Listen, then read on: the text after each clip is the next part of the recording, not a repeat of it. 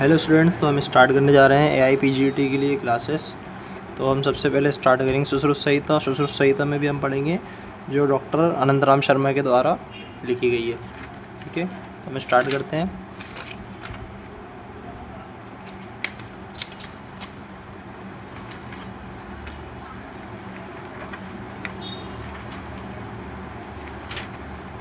तो ये सुश्रुत संहिता जो डॉक्टर अनंतराम शर्मा के द्वारा लिखी हुई टीका है। ठीक है,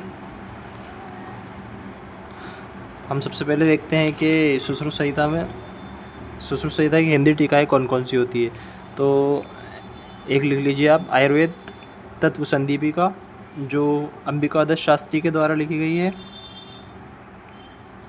और एक होती है आयुर्वेद रहस्य दीपिका जो भास्कर गोविंद घाणेकर द्वारा लिखी गई है। ठीक है, तो जो डॉक्टर भास्कर गोविंद घाणेकर जी थे, उन्होंने पहले MBBS किया, उसके बाद में MS किया, देन अगेन BMS किया, और उसके बाद में फिर MS शल्य किया।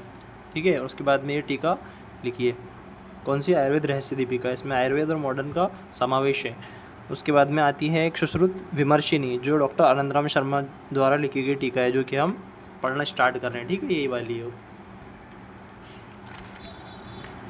उसके बाद में सुश्रुत संहिता का सूत्र स्थान स्टार्ट करने से पहले हमें देखना होगा कि सुश्रुत संहिता का निर्माण कैसे हुआ है। सुश्रुत संहिता के निर्माण में हम पहले देखेंगे कि सुश्रुत संहिता का निर्माण 4 स्तरों पर हुआ है। ठीक है, सबसे पहले तो सुश्रुत संहिता के मूल उपदेष्टा जो है तो धन्वंतरी को माना जाता है। इनका काल है 2350 ईसा पूर्व।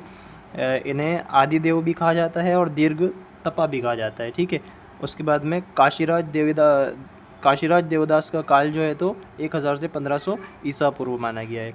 उसके बाद में सुश्रुत संहिता के जो तंत्रकर्ता हैं वो वृद्ध सुश्रुत हैं। ठीक है, इनका काल 1000 से 1500 ईसा पूर्व है।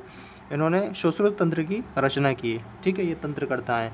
उसके बाद में आता है संस्कृता या प्रथम प्रति संस्कृता, तो वो है आचार्य सुश्रुत। ठीक है, इनका काल जो है तो 2री सदी है। उसके बाद में जो संपूरक है या द्वितीय प्रति संस्कृता बोला जाए तो ये नागार्जुन है। ठीक है, इनका जो काल है वो 5वीं सदी है। इन्होंने उत्तर तंत्र के 66 अध्यायों को जोड़ा है सुश्रुत संहिता में। ठीक है, तो जो मूल सुश्रुत संहिता है उसमें 120 अध्याय थे। ठीक है, उत्तर तंत्र उसमें नहीं था, तो इन्होंने उत्तर तंत्र को इसमें जोड़कर टोटल अध्याय जो है अभी सुश्रुत संहिता में 186 अध्याय है। ठीक है, 186। उसके बाद में सुश्रुत संहिता के पाठ शुद्धिकर्ता जो हैं तो चंद्रट है। पाठ शुद्धिकर्ता बोले तो जो ग्रामेटिकली मिस्टेक्स होती है उसको सही करना और उसके बाद में लिखना जो है तो ये चंद्रट ने किया है। इनका जो काल था 10वीं सदी था। जो इन्होंने पाठ शुद्धिकर्ता जो चंद्रट थे, इन्होंने जो सुश्रुत की पाठ शुद्धि की है उसको जेट की टीका के आधार पर किया है। ठीक है, तो मूल सुश्रुत संहिता में 5 स्थान व 120 अध्याय हैं, जिसमें अब हम देखते हैं किस स्थान में कितने अध्याय हैं सुश्रुत संहिता में। तो जो सूत्र स्थान है सुश्रुत संहिता का उसमें 46 अध्याय हैं। जो निदान स्थान है उसमें 16 अध्याय हैं। शारीर स्थान में 10 अध्याय हैं। चिकित्सा स्थान में 40 अध्याय है। कल्प स्थान में 8 अध्याय हैं। और नागार्जुन द्वारा संस्कारित जो उत्तर तंत्र है उसमें 66 अध्याय है। ठीक है, ये जो है तो स्थान नहीं है, याद रखना। ठीक है, वेरी वेरी IMP। जो नागार्जुन ने 66 अध्याय जोड़े हैं वो स्थान नहीं है सुश्रुत संहिता का। सुश्रुत संहिता के स्थान तो 5 ही हैं, लेकिन जो ये है उत्तर तंत्र है, इसमें 66 अध्याय है। ठीक है, अब हम कुछ इंपॉर्टेंट टीका, हाँ देखो, अब ये सब मिला के कितने अध्याय होगा सुश्रुत संहिता में? 186 अध्याय होगा सुश्रुत संहिता में। ठीक है, उसके बाद में हम सुश्रुत संहिता की कुछ संस्कृत की टीकाएँ देख लेते हैं। तो उसमें सबसे पहले आता है न्याय पंजिका या न्याय चंद्रिका या व्रत पंजिका। ठीक है, तो ये गैदास जी ने लिखी थी और 10वीं सदी इनका काल है। ठीक है, ये टीका सिर्फ केवल निदान स्थान पर लिखी गई है। ठीक है, उसके बाद में नंबर 2 आता है भानुमति या तात्पर्य अर्तिका। तो ये चक्रपाणी ने लिखी थी, इनका काल 11वीं सदी था। ठीक है, और ये केवल और केवल सूत्र स्थान पर लिखी गई टीका है। उसके बाद में आता है निबंध संग्रह। तो जो बेस्ट इसकी टीका है सुश्रुत संहिता की संस्कृत की, वो निबंध संग्रह है। ठीक है, जो डलहन ने लिखी है, इनका काल जो है तो 12वीं सदी है। ये बेस्ट या उत्तम टीका कही जाती है सुश्रुत संहिता की। ठीक है, इन्होंने समग्र सुश्रुत संहिता पर अपनी टीका लिखी है। ठीक है, मतलब कंप्लीट सुश्रुत संहिता पर अपनी टीका लिखी है।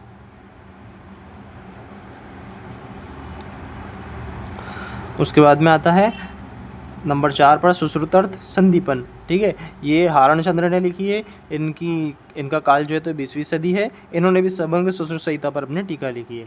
उसके बाद 5वें नंबर पर आता है लघु पंजिका, जो भास्कर जी ने लिखी है, और ये 12वीं सदी इनका काल है। ठीक है। इसके बाद में ये दो हैं, ये इतनी इंपॉर्टेंट नहीं है, फिर भी हम देख लेते हैं।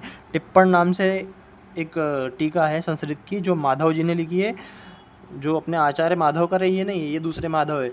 आयुर्वेद में टोटल 80 माधवों का जो है तो जिक्र किया गया है। ठीक है। तो टिप्पण नाम की जो टीका है वो माधव जी ने लिखी है। उनका काल जो है तो 9वीं सदी है। उसके बाद में एक है टिप्पण या टिप्पणी, तो ये ब्रह्मदेव ने लिखी है। इनका काल 10वीं सदी है। ठीक है। जैसे सुश्रुत की हमने देखा कि बेस्ट जो है तो बेस्ट टीका कौन सी है, निबंध संग्रह। ठीक है। ऐसे ही चरक की बेस्ट टीका कौन सी है, आयुर्वेद दीपिका। ठीक है, जो चक्रपाणी ने लिखी है। उसके बाद देखें, हम सूत्र स्थान चालू करने से पहले देखते हैं कि सुश्रुत के सूत्र स्थान में 46 अध्याय हैं। ठीक है। ऐसे ही जो चरक का सूत्र स्थान था उसमें 30 अध्याय थे, और जो अष्टांग हृदय का सूत्र स्थान है उसमें भी 30 अध्याय हैं। ठीक है। लेकिन सुश्रुत में कितने, 46 है। ये देखते हैं अभी बाद में अपन। हम चालू कर रहे हैं सुश्रुत संहिता का सूत्र स्थान। ठीक है। तो सुश्रुत संहिता के सूत्र स्थान के पहले अध्याय का नाम है वेद उत्पत्ति अध्याय। ठीक है। जहाँ पर चरक सूत्र का अगर पहला अध्याय देखा जाए तो दीर्घ जीवितम अध्याय है चरक का, और अष्टांग संग्रह और अष्टांग हृदय का कौन सा है, आयुष काम्यम अध्याय है। सुश्रुत का क्या है, वेद उत्पत्ति अध्याय। चरक का कौन सा है, दीर्घ जीवितम अध्याय। अष्टांग संग्रह और अष्टांग हृदय का कौन सा है, आयुष काम्यम अध्याय। ठीक है। इस पेज पर इतना ही इंपॉर्टेंट था। अब आगे बढ़ते हैं हम। हमें मालूम है आयुर्वेद जो है तो अथर्ववेद का उपवेद है। ठीक है। आयुर्वेद किसका उपवेद है, तो क्या आएगा, अथर्ववेद का। ठीक है। 4 वेद तो हम जानते हैं, सामवेद, ऋग्वेद, यजुर्वेद, अथर्ववेद। ठीक है। जो सूत्र है वो 4 प्रकार के बताए गए आयुर्वेद में। कौन सा है, प्रति संस्कृत सूत्र, एक ही सूत्र, शिष्य सूत्र और गुरु सूत्र। ठीक है। इसके बाद में हम जाते हैं, तो इस पे इम्पोर्टेंट ये है इस श्लोक में कि ये पूछा जाएगा एग्ज़ाम में कि जो धन्वंतरी थे उनके कितने शिष्य थे। तो धन्वंतरी के 7 शिष्य बताए गए हैं, और डल्हन ने 12 शिष्य माने हैं। 7 शिष्य कौन कौन से हैं, औबधेनव, वैतरण, औरब्र, पोषकलावत, करवीर, गोपुर रक्षित और सुश्रुत। ये 7 शिष्य माने हैं। और जो डल्हन ने कितने माने, 12 माने हैं। तो कितने, 5 एक्स्ट्रा माने इन्होंने। तो ये 5 कौन कौन से, ये ऊपर लिख रखा है हमने। ठीक है। तो इनमें है कांकायन, गार्ग, गालव, भोज और निमि। ये 5 शिष्य जो है तो डल्हन ने एक्स्ट्रा माने हैं, किसके, धन्वंतरी के। तो इसकी ट्रिक हमने बनाई है 5 शिष्य की। कौन से, काका ने गर्ग को गाली दी, भोज निमि को किया। ठीक है। काका ने गर्ग को गाली दी, भोज निमि को किया। काका से कांकायन, गर्ग से गार्ग, गाली से गालव, भोज से भोज और निमि से निमि। ठीक है। तो ये 5 शिष्य एक्स्ट्रा हैं धन्वंतरी के, ऐसा डल्हन ने माना है। ठीक है। ये किस आधार पे माना है, देखो ये जो इसमें श्लोक में वर्ड दिया है ना, प्रभृते, तो प्रभृते के आधार पर देखो इसका जो अगर हम ट्रांसलेशन करेंगे तो क्या आएगा, आदि आएगा। मतलब ये 7 शिष्य और आदि ने, है ना, तो ये आदि में इन्होंने 5 शिष्य एक्स्ट्रा माने हैं, जो ऊपर हमने लिख रखे हैं। देखो इस श्लोक में यही बताया गया है कि प्रभृति शब्देन भोजादयाः प्रभृति ग्रहणात् निमिकांकायन गार्गे गालवा। ठीक है। उसके बाद में आचार्य सुश्रुत ने 3 प्रकार की व्याधियाँ मानी है। कौन कौन सी, शारीर मानस आगंतुभिर व्याधि भी। कौन कौन सी व्याधि मानी है, शारीरिक, मानसिक और आगंतुज। ठीक है। उसके बाद में हम देखते हैं श्लोक नंबर 5, ई खलु आयुर्वेदम नाम उपंगम अथर्ववेदस्य। ठीक है। तो आयुर्वेद किसका उपंग है, अथर्ववेद का उपंग है। ठीक है।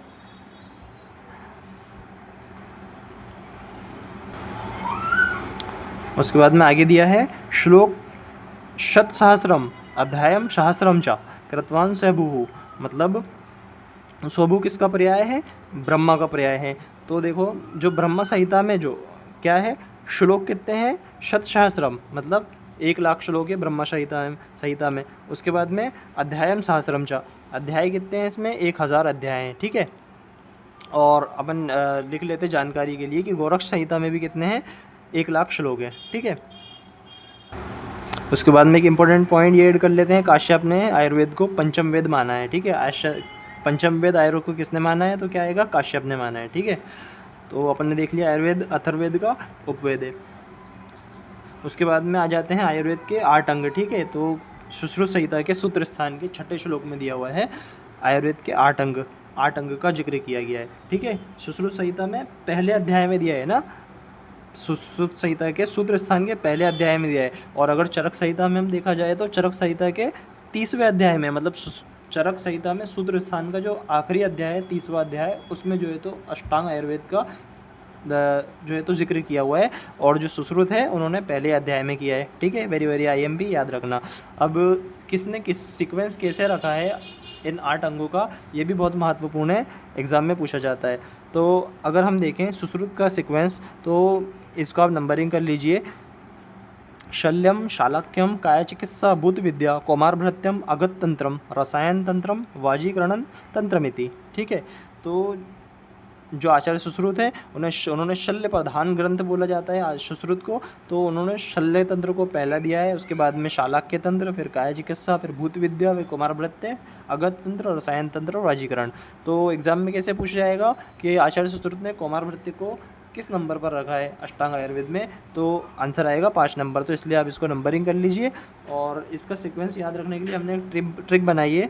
हर एक जो वर्ड है उसका पहला वर्ड ले लीजिए और मिला लीजिए उसको। तो ये क्या हो गया ट्रिक, शशाका भूकव आरव, ठीक है। शशाका भूकव आरव, ये किसका हो गया, ये आचार्य सुश्रुत का सीक्वेंस हो गया। उसके बाद में हम देखते हैं आचार्य चरक ने क्या सीक्वेंस दिया है। आचार्य चरक को काया प्रधान दिया गया है, मतलब क्या है, मेडिसिन में बेस्ट अगर कोई बुक बोला जाता है तो आचार्य चरक की चरक संहिता बोला जाता है। तो इनका सीक्वेंस है काय, शालाक्य, शल्य, विषगर, वैरोधिक, परशमन, वेरी वेरी IMP। तो आचार्य चरक है, तो जो आचार्य चरक है उन्होंने जो है तो अष्टांग आयुर्वेद का सीक्वेंस क्या दिया है, तो काया चिकित्सा उन्होंने पहले बोला है, क्योंकि चरक को काया प्रधान ग्रंथ बोला जाता है। मतलब अगर मेडिसिन में कोई बेस्ट बुक बोली जाती है आयुर्वेद में तो वो चरक संहिता है, ठीक है। तो इन्होंने पहले नंबर पे काया चिकित्सा, उसके बाद में दिया है शालाक्य तंत्र, देन शल्य तंत्र, फिर विषगर, वैरोधिक, परशमन, वेरी वेरी IMP। जो आचार्य सुश्रुत का अगत तंत्र है, ठीक है, जो 6ठे नंबर पे दिया है अगत तंत्र, तो आचार्य चरक ने उसको विषगर, वैरोधिक, परशमन बोला है, ठीक है। उसके बाद में आता है 5वें नंबर पर भूत विद्या, देन कुमार भृत्य, देन रसायन तंत्र, देन वाजीकरण तंत्र। ये हो गया आचार्य चरक का।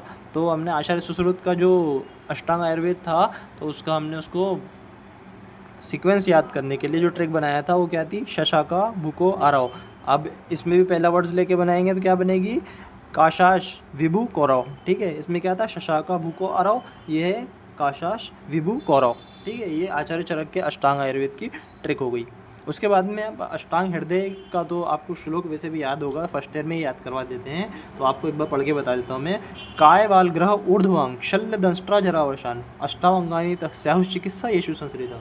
तो उसका सीक्वेंस क्या है, काय बाल ग्रह ऊर्ध्वांग शल्य दंष्ट्रा, दंष्ट्रा बोले तो जो इसका विषगर, वैरोधिक, प्रशमन है, आचार्य चरक ने बोला है अगत तंत्र को। तो आचार्य वाग्भट ने अष्टांग हृदय में उसको क्या बोला है, दंष्ट्रा चिकित्सा बोला है, ठीक है। तो काय बाल ग्रह ऊर्ध्वांग शल्य दंष्ट्रा जरावर्षान, ठीक है। तो ये अष्टांग आयुर्वेद किसका है, आचार्य वाग्भट की दृष्टि से। उसके बाद में हम देखते हैं शल्य तंत्र है। ये सब श्लोक अगर आप हो सके तो याद कर लेना, मेनली शल्य, शाला के, कुमार भृत्य और काय चिकित्सा के, ये सब श्लोक आपको कंठस्थ होने चाहिए, याद होने चाहिए। सबसे पहले हम देखते हैं शल्य तंत्र। तो तंत्रम शल्यम नाम विविध तृण काष्ठ पाषाण पांश लोह लोष्ट अस्थि बाल नख पूया स्त्राव दुष्ट व्रांत अंतर्गर्भ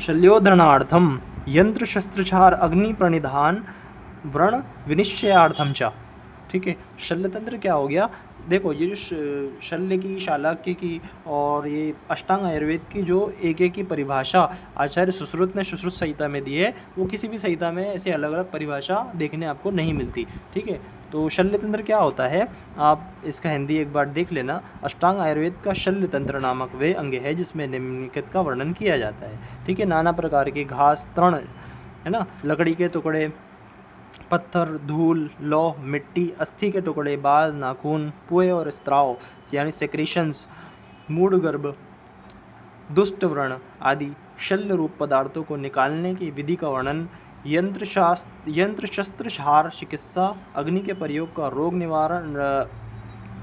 निवारणार्थ ज्ञान तथा वर्णों का ज्ञान, ये क्या है, शल्य तंत्र में किया जाता है। ठीक है, अगर मेनली हम देखा है तो जनरल सर्जरी को जो है तो शल्य तंत्र बोला जाता है। उसके बाद में शालाक्य तंत्र, शालाक्य तंत्र यानी अगर अपन मॉडर्न से इसको कोरिलेट करें तो ENT बोल सकते हैं। ठीक है, तो इसका भी वेरी वेरी IMP श्लोक है। शालाक्यम नाम ऊर्ध्व जत्रुगता नाम श्रवण नयन वदन घ्राण आदि संस्कृता नाम व्याधि नाम उपशमनार्थम। ठीक है, अष्टांग आयुर्वेद का शालाक्य तंत्र वे अंग है जिसमें निम्नलिखित वर्णन किसका, कान, नाक, मुख, नाक आदि जो जत्रु के ऊपर की रचनाएं हैं यानी ऊर्ध्व भाग है, उनका आश्रय लेकर उत्पन्न हुए रोगों को दूर करने के उपायों का जहाँ वर्णन हो वे शालाक्य तंत्र है। ठीक है, उसके बाद में हम देखते हैं काय चिकित्सा की डेफिनेशन। काय चिकित्सा किसे बोला गया है, तो हम अगर मॉडर्न से कोरिलेट करें तो क्या है, ये जनरल मेडिसिन है। ठीक है, तो काय चिकित्सा नाम सर्वांग अश्रिता नाम व्याधि नाम ज्वर, रक्त, पित्त, शोष, उन्माद, अपस्मार, कुष्ठ, मेह, अतिसार आदि नाम उपशमनार्थम। ठीक है, शरीर के सारे अंगों में व्याप्त होने वाले ज्वर, रक्त, पित्त, शोष, उन्माद, अपस्मार, कुष्ठ, परमेह, अतिसार आदि के उपचार का जिसमें वर्णन हो वे क्या है, काय चिकित्सा है। उसके बाद में हम आते हैं भूत विद्या किसे कहते हैं। भूत विद्या नाम देव, असुर, गंधर्व, यक्ष, रक्षा, पितृ, पिशाच, नाग, ग्रह, गृहाद्य उपसृष्ट चेष्टाम, शांति कर्म, बलि हरण आदि ग्रह उपशमनार्थम। ठीक है, तो यहाँ पे शांति कर्म को IMP कर लेना। ठीक है, एज इट इज श्लोक पूछा जा सकता है, हालांकि इतना इंपॉर्टेंट नहीं है श्लोक, फिर भी देख लेना आप। उसके बाद में कुमार भृत्य का वेरी वेरी IMP श्लोक है, ये आपको याद होना ही चाहिए। ठीक है, कुमार भृत्यम नाम कुमार भरण धात्री शीर्दोष संशोधनार्थम दुष्ट स्तन्य ग्रह उत्थानाम ग्रह समुत्थानाम च व्याधीनाम उपशमनार्थम। ठीक है, कुमारों या इन्फेंट्स या चाइल्ड की परिचर्या, धाय के दूध के दोषों को दूर करना, दुष्ट स्तन्य और दुष्ट ग्रह से उत्पन्न व्याधियों को दूर करने का जिसमें वर्णन हो वे कुमार भृत्य कहलाता है। और आचार्य डल्हन की जो इसमें दी हुई है डेफिनेशन कुमार भृत्य की ही देख लेते हैं अपन इसको भी। कुमारा बाला तेषाम नृत्य धारणम पोषणम च तस्या भ्रताम इदम तंत्रमिति कुमार भृत्यम। तो एग्ज़ाम में ये श्लोक पूछा जा सकता है कि ये किन आचार्य ने दिया था। उसके बाद में हारित का श्लोक है, तो वेरी वेरी IMP श्लोक है ये। गर्भ उपक्रम विज्ञानम सूति का उपक्रमस्तथा बालानाम रोग शमनम क्रिया बाल चिकित्सितम। तो बाल चिकित्सा के अलावा हारित ने इसमें गर्भ उपक्रम और सूति का उपक्रम भी इसमें शामिल किया है। किसमें, कुमार भृत्य में। ठीक है बेटा, इसके बाद अपन देखते हैं फिर अगत तंत्र। अगत तंत्र क्या होता है, हमने सेकंड में वैसे याद किया है, हमें श्लोक याद है ये वाला। अगत तंत्र नाम सर्प, कीट, लूत, मूषक आदि दष्ट विष व्यजनार्थम विविध विष संयोग उपशमनार्थम चा। ठीक है, विषैले साप, कीट, लूता, मूषक आदि के दंश से उत्पन्न विषैले लक्षणों आदि का तथा गर आदि विष एवं विष संयोग से उत्पन्न विकारों से के निराकरण का जहाँ वर्णन हो वो क्या है, अगत तंत्र है। ठीक है, तो अगत तंत्र को आचार्य चरक ने क्या बोला है, विषगर वैरोधिक प्रशमन, और आचार्य वाग्भट ने क्या बोला है, दंष्ट्रा चिकित्सा बोला है। ठीक है, उसके बाद में हम देखते हैं रसायन तंत्र। रसायन तंत्रम नाम वया स्थापनम आयुर्मेधा बलकरम रोग अपहरणम समर्थम चा। ठीक है, तो वया स्थापन आयुष्कर, मेधा और शारीरिक शक्ति को बढ़ाना तथा रोगों को दूर करना क्या है, तो रसायन तंत्र में इसका वर्णन होता है। ठीक है, चरक अनुसार जो डेफिनेशन है ये भी हम देख लेते हैं। लाभ उपायो ही शस्तानाम रसादीनाम रसायनम, लाभ उपायो ही शस्तानाम रसादीनाम रसायनम। और आचार्य डल्हन की जो है तो इसकी परिभाषा क्या है, रसानाम रसरक्तादीनाम अयनम आप्यायनम रसायनम। ठीक है, उसके बाद में हम देखते हैं वाजीकरण तंत्र। वाजीकरण तंत्रम नाम, तो इसमें क्या है, आप नंबरिंग कर लेना, ठीक है।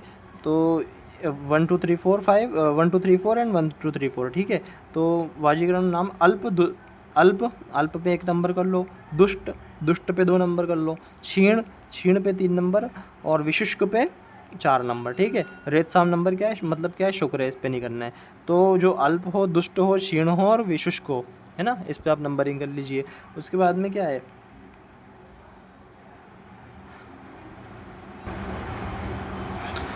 आप्यायन पे 1 नंबर कर लीजिए, प्रसाद पे 2 नंबर कर लीजिए, उपचय पे 2 नंबर 3 नंबर कर लीजिए, उपचय पे, जनन पे 4 नंबर कर लीजिए। तो क्या है ये, इसमें क्रमशः अगर अल्पवीर है तो आप्यायन, और दुष्टवीर रहे तो प्रसाद, और क्षीणवीर रहे तो उपचय, और शुष्क वीर रहे तो जनन, ठीक है। इन उपायों का जिसमें वर्णन हो वो क्या है, वाजीकरण तंत्र है। तो ठीक है बेटा, आज के लिए बस इतना ही, अब देखेंगे नेक्स्ट लेक्चर में।